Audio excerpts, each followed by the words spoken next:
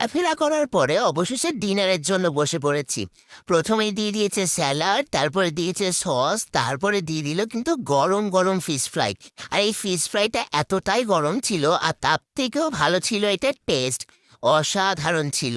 বড় এক রুমালি রুটি নিয়েছিলাম, আর তার সঙ্গে ছিল চিকেন মাঞ্চুরিয়ান। দেখো, দুটো লেগ পিসই পেয়েছি আমি। তারপরে এবার পাতে চলে এসেছিল আবারও ফিশ ফ্রাই, কারণ আমি নিজে থেকে আবারও একটা ফিশ ফ্রাই চেয়ে নিয়েছিলাম। এই ফিশ ফ্রাইটাও খাচ্ছিলাম, আর তখনই ফ্রাইড রাইসও দিয়ে গেল।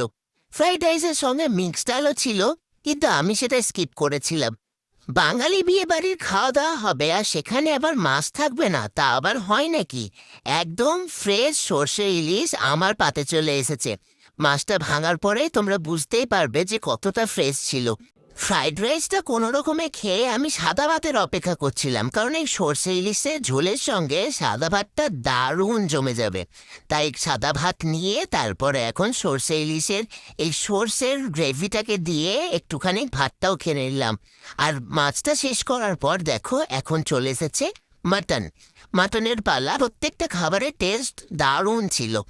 মাটনটা এতটাই টেস্টি ছিল, আমি আবারও চেয়ে নিয়েছিলাম একটা মেটে, আর সঙ্গে ছিল একটা এই চর্বিওয়ালা পিস, যেটা খেতে দারুণ লেগেলাম। এত বড় বড় সাইজের কেশর ভোগ দিয়ে গেল আমাদের টেবিলে।